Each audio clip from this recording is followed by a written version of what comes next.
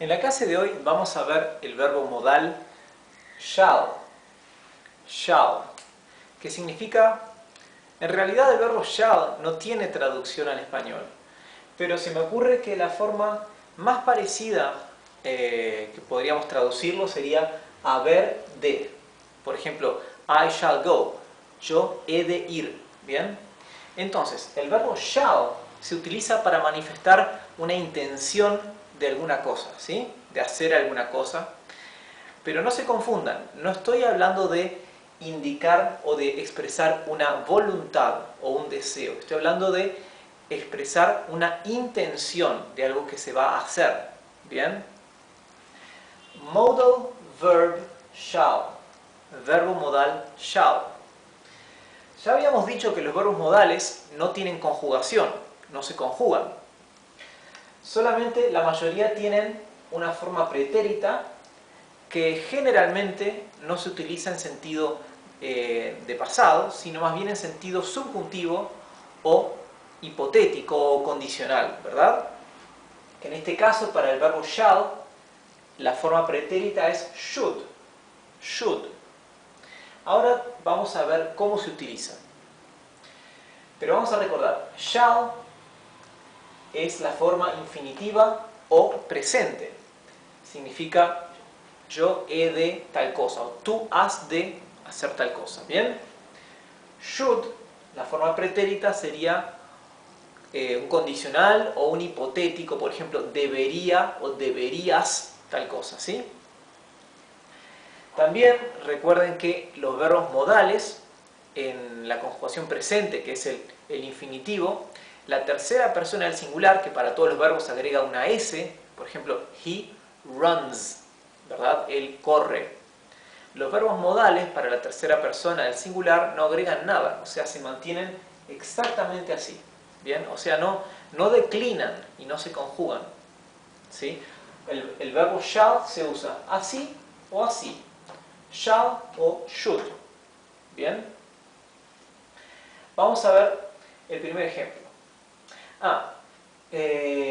Cuando utilizamos shall, así en su forma presente, cuando estamos utilizando para yo, por ejemplo, o nosotros, el verbo shall tiene la función de expresar una intención de algo que se va a hacer, ¿sí?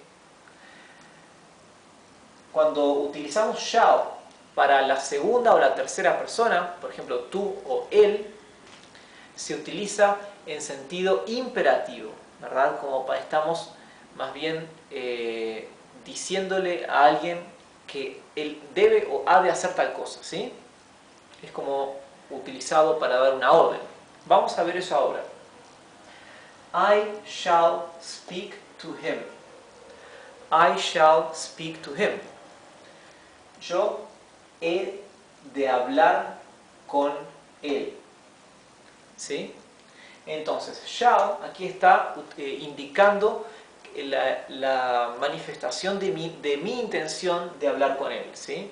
No estoy diciendo que, no estoy expresando mi voluntad, estoy expresando mi intención, porque acá estoy diciendo que voy a hablar con él, ¿sí? No es exactamente un tiempo futuro. Esto no es yo hablaré con él o yo voy a hablar con él, ¿verdad? Yo he de hablar con él. You shall go tonight.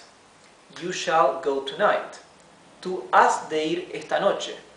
Tonight dijimos que significa esta noche. Tú has de ir esta noche, ¿sí? Entonces, dijimos que cuando utilizamos shall con la segunda o la tercera persona del singular, tiene una connotación imperativa. Has de ir esta noche o tú has de ir esta noche es en sentido imperativo. Estamos diciéndole a alguien que él debe ir esta noche, ¿sí? Aquí esto también podría traducirse como tú deberás ir esta noche, ¿bien? Recuerden también lo que dijimos, que los verbos modales, cualquier verbo modal, siempre va acompañando otro verbo. Ese otro verbo va siempre en infinitivo, no se conjuga.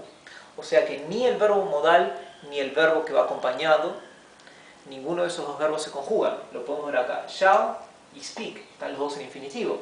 Shall y go están en infinitivo, ¿sí? Bueno, should get up. Aquí get up está en infinitivo y should en realidad es la forma pretérita, que no lo contamos como una conjugación estrictamente hablando, ¿sí? He shall come back early. He shall come back early. Esto es la tercera persona del singular. O sea que también habíamos dicho que shall, cuando está dirigido a la segunda o tercera persona del singular, significa, tiene una connotación imperativa. Por lo tanto, he shall come back early es él deberá volver temprano o él ha de volver temprano, ¿sí? Él ha de volver temprano. Come back es un verbo frasal. En inglés se llaman phrasal verbs. Phrasal verbs son esos verbos que están integrados por dos palabras, ¿sí? Come back, que significa volver, perdón, come es venir, back significa atrás. O sea, venir atrás, este verbo que utiliza las dos palabras juntas, significa volver o regresar, ¿bien? Al igual que get up. Get significa obtener, up significa arriba. El verbo frasal get up significa levantarse, ¿sí? Los verbos frasales son dos palabras, pero van unidas con un guión, como tenemos aquí y como vemos aquí. A veces van a poder ver también un verbo frasal que va separado, como dos palabras separadas, sin el guión. En realidad, generalmente se escribe con guión para indicar que esas dos palabras forman un solo verbo. Pero si lo escribiéramos sin el guión, sería correcto también. O sea, no se cuenta como un error, pero idealmente se le coloca el guión, ¿verdad? Para indicar que esto es un phrasal verb. Bien. He shall come back early. Él ha de volver temprano. Siguiente frase. Shall I stay at home? Me olvidé de decirles. Shall.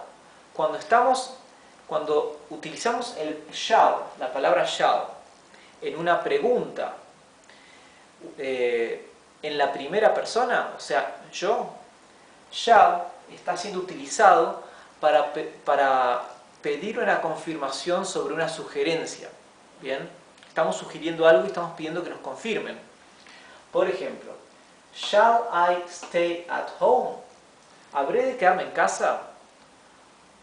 Es como decir, me quedo en casa, ¿verdad? Shall I stay at home? ¿Te parece que me quede en casa? O me voy a quedar en casa mejor, ¿te parece?